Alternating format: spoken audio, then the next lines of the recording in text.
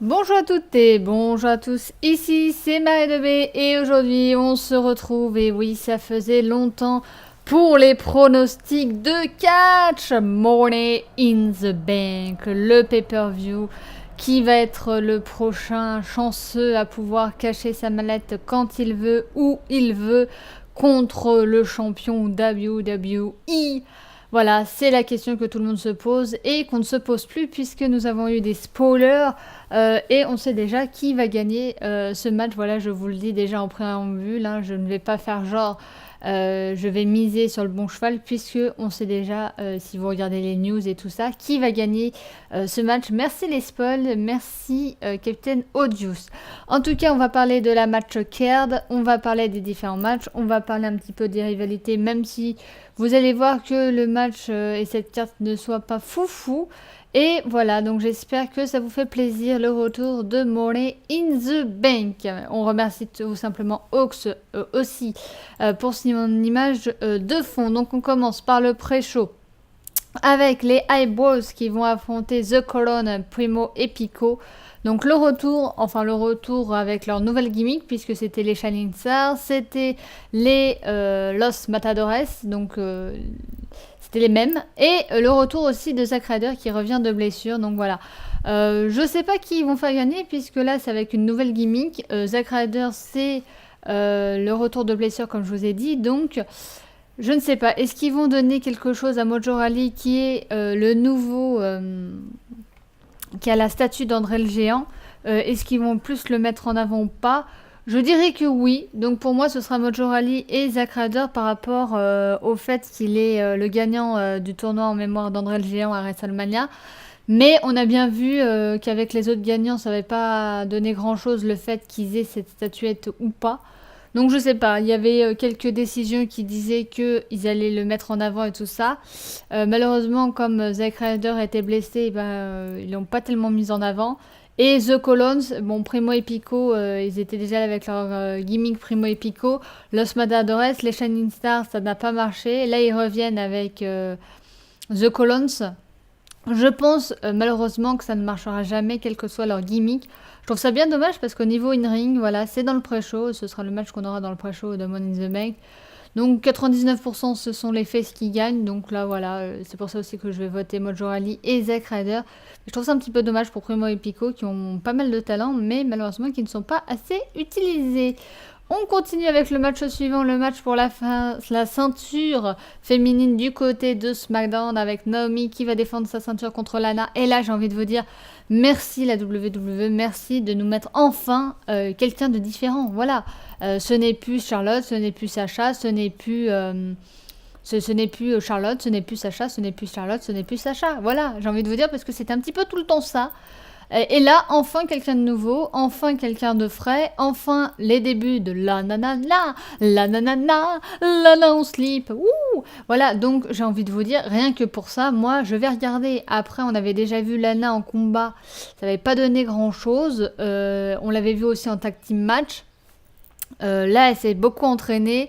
Lana est du côté de Vince avec Rousseff, malgré leur petit désaccord que Rousseff s'était rasé la barbe et ça n'avait pas plu parce qu'apparemment ça fait moins côté russe, je ne sais pas pourquoi, mais voilà, je ne sais pas si elle va gagner parce que ce match ce sera pour le titre, si elle va gagner tout de suite la ceinture, mais en tout cas c'est une bonne exposition et moi je suis plutôt pour. Donc je dirais Naomi qu'elle va conserver son titre. En même temps, ça fait longtemps qu'elle n'a pas défendu son titre, donc ce serait bien un petit changement. Le règne est un petit peu terne, je trouve. Moi, personnellement, j'aimerais un petit peu plus de fraîcheur, un petit peu plus de peps. Donc pourquoi pas Lana avec un titre. Si Rousseff a un titre aussi, ça ferait un couple avec un titre.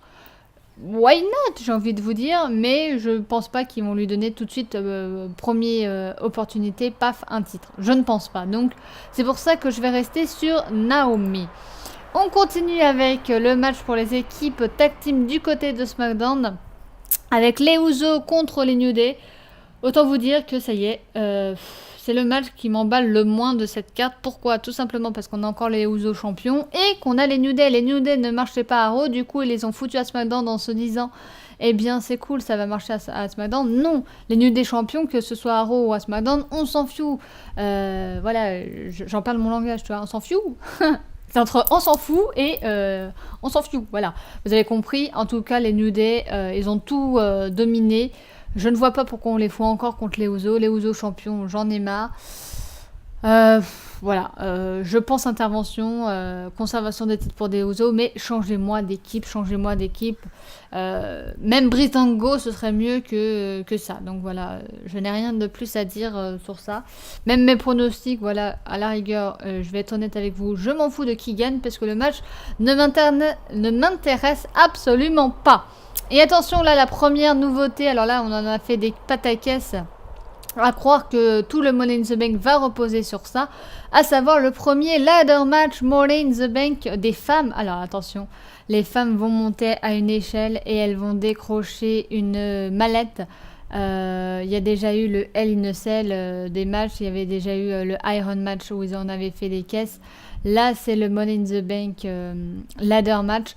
Donc, autant vous dire que Charlotte va gagner. Vous avez le choix entre Natalia, Charlotte, Becky Lynch et la star, la sous-star avec son acolyte de toujours.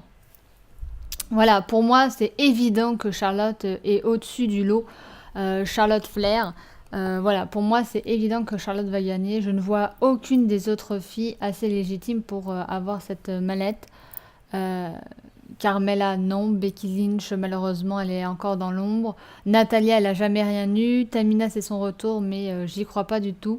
Donc voilà, je suis à fond derrière Charlotte et je suppose, encore une fois, que Charlotte sera au-dessus et qu'elle récupérera le titre, le Money in the Bank du côté des garçons où il n'y a pas de surprise parce qu'on sait déjà le vainqueur. Vous avez Sami Zayn, vous avez Baron Corbin, vous avez AJ Styles, vous avez Dolph Ziggler, vous avez Nakamura et vous avez Kevin Owens. Autant vous dire que là il n'y a pas de suspense puisque ça va être Nakamura qui va remporter cette mallette. Voilà, Nakamura, tout était autour de lui à Payback, donc là voilà, ça, on mise encore une fois sur lui. Donc voilà, il n'y a aucun suspense, on sait d'ores et déjà 99% que ça va être Nakamura qui va obtenir cette mallette. Et on finit, voilà, c'était des pronostics assez courts puisque je n'ai pas grand chose à dire. En ce moment, je suis très peu la WWE, je le suis de façon diagonale. Donc vous, qu'est-ce que vous pensez de la WWE en ce moment? Est-ce que vous êtes plutôt comme moi lassé ou est-ce que les rivalités du moment vous plaisent? N'hésitez pas à me le dire en commentaire, n'hésitez pas aussi à me dire si cette carte vous plaît ou pas. Donc le dernier match c'est pour le titre WWE, Randy Orton contre Jinder Mahal. Autant vous dire que si Jinder est champion, c'est tout simplement pour côté marketing puisqu'il voulait atteindre l'Inde, même si Jinder Mahal n'est pas indien mais le Cara Design est indien. Donc voilà, moi personnellement je dirais Randy Orton parce que Jinder Mahal champion, je n'en peux plus. Et Randy Orton contre Nakamura, pourquoi pas, même qu'on, je pense que c'est plus prestigieux de battre Randy Orton que de battre Nakamura, à moins qu'il le fasse combattre contre Brock Lesnar. Loul, non, je rigole.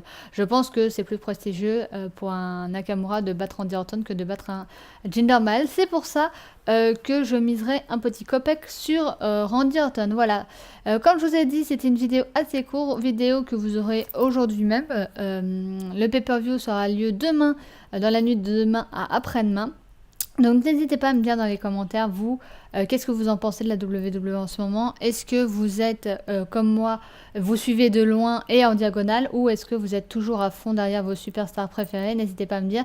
N'hésitez pas aussi à me dire si vous étiez là pendant leur tournée. Je sais qu'ils étaient à Lille dernièrement. Donc voilà, et je sais qu'il y a une prochaine tournée dans les jours ou les semaines qui viennent. Donc n'hésitez pas à me dire tout ça. Et n'hésitez pas à me dire ce que vous pensez de la carte. Moi, personnellement, je la trouve pas passionnante, mais bon, que voulez-vous? Je pense que c'est juste parce que voilà, je suis pas trop catch en ce moment, donc voilà. N'hésitez pas aussi à me dire bah vous, vos pronostics, qu'est-ce que vous voyez gagner et tout ça. Et nous, on se retrouve, eh bien écoutez, bah pas pour le bilan, parce que je vais vous pas faire un bilan de Money in the Bank, mais pour les pronostics du prochain pay-per-view, qui je ne sais pas à l'heure actuelle lequel est. Donc voilà, ce sera une surprise totale.